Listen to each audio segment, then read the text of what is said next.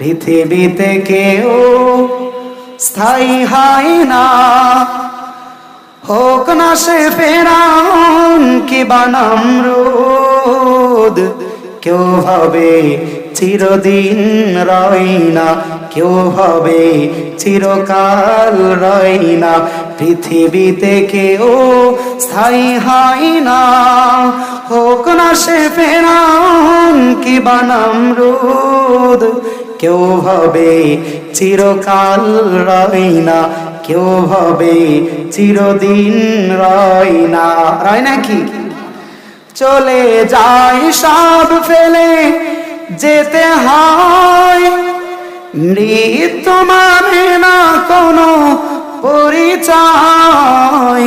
পৃথিবীর মহারাজা আর মহাবীর, পৃথিবীর মহারাজা আর মহাবীর, কাউকে সে অবকাশ দেয় না। পৃথিবীতে কেউ স্থায়ী হয় না, হোক না সে ফেরাউন কিবা নমরুদ। কেউ হবে চিরকাল রয় না। ঠিক কিনা? আল্লাহ বলেন, হাল আতা আলাল ইনসান হিনুম মিনাদ দাহরি লাম ইয়াকুন শাইআম মাযকুরা। যার বয়স 90 বছর, আল্লাহ বলে বান্দা 90 বছর আগে তোমার কেউ চিনত না। জমিনের মানুষ বলে আমার নাম শোনার পর আর কেউ কথা কয় না, ভয়ে থরথর করে। আল্লাহ বলে বান্দা এত পাওয়ার, এত দাপট, এত অহংকার, এত দাম্ভিকতা, বয়স 40 বছর, 40 বছর আগে একটু তাকায় দেখো, তোমার নাম কেউ জানে না। তুমি বলতে কিছু একটা জিনিস ছিল না। আল্লাহ বলে বান্দা এখন তুমি আছো, এক সময় ছিল না, আবার তুমি এক সময় থাকবা না। তো বান্দা তুমি শুনে নাও, তোমার এই জমিনে আসাটা অনর্থক নয়। জমিনে তোমারে আমি অনর্থক বানাই নাই, জমিনে তোমারে আমি অনর্থক পাঠাই নাই। কি মনে করেন আল্লাহ আমাদেরকে জমিনে অনর্থক বানাইছে? আল্লাহ বলে বান্দা তোমার জন্য আসমান, তোমার জন্য জমিন, তোমার জন্য চাঁদ সূরজ তারকারাজি, সব কিছুই তোমার জন্য। মাতাআল লাকুম ওয়া লিআনামিকুম, যা কিছু বান্দা দেখো সব কিছুই তোমার জন্য, তোমারে আমি অনর্থক বানাই নাই। আল্লাহ বলেন আফা হাসিবতুম আন্নামা খালাকনাকুম আবাসা, তোমরা কি মনে করছো তোমাদেরকে আমি অনর্থক বানাইছি? ওয়া আন্নাকুম ইলাইনা লা তুরজাউন, আর তোমাদেরকে আমি মালিকের কাছে ফিরে আসা লাগবে না। তোমরা কি এটা মনে করছো? আরে বেনামাজির দিকে তাকায় দেখেন, তার চেহারার দিকে তাকায় দেখেন, মনে হয় না এই লোকের সামনে কবর আছে। কতদিন নামাজ পড়ে না, দিলের মধ্যে ভয়টা আসে না। আরে আমার সামনে তো আমি চিন্তা করি 10 তলা বিল্ডিং, আমি চিন্তা করে আমার সামনে এক উজ্জ্বল ভবিষ্যৎ। আল্লাহ বলে না বান্দা তোমার সামনে কিন্তু কবর, তোমার সামনে কিন্তু হাসর রয়েছে, তোমার সামনে কিন্তু আমি মালিকের কাঠগড়া রয়েছে।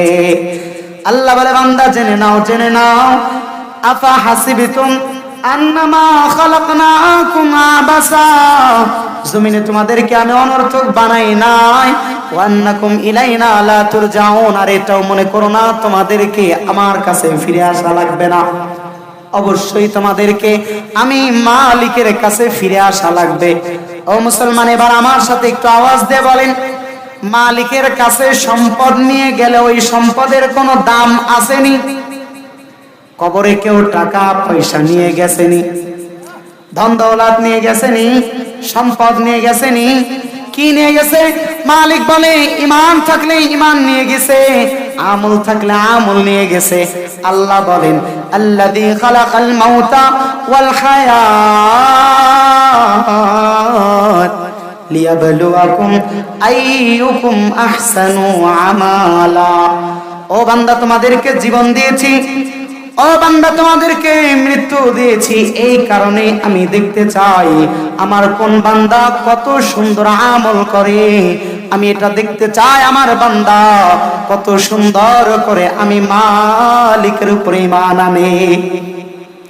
মুসলমান ভাইয়ের, আল্লাহ পাক রব্বুল আলামিন আমাদের ঈমানটা মজবুত করার জন্য দুনিয়ায় পাঠাইছেন। আমলের মধ্যে যদি তাকাই, নবীর কাছে জিজ্ঞাসা করা হলো, ইয়া রাসূলুল্লাহ আইয়ুল আমালি আফজালু, সর্বোত্তম আমলটা কি বলে দেন। নবী আমার বলেন, as-salatu li awwali waqtiha, সর্বোত্তম আমল হলো সময় মতো নামাজ আদায় করা। সর্বোত্তম আমল কি বলেন? সময় মতো নামাজ আদায় করা।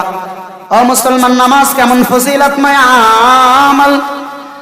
আল্লাহর নবী সাল্লাল্লাহু আলাইহি ওয়াসাল্লাম বলেন, আউয়ালু মা ইউহাসাবু বিহিল আবদু ইয়াউমাল কিয়ামাতি সালাহ।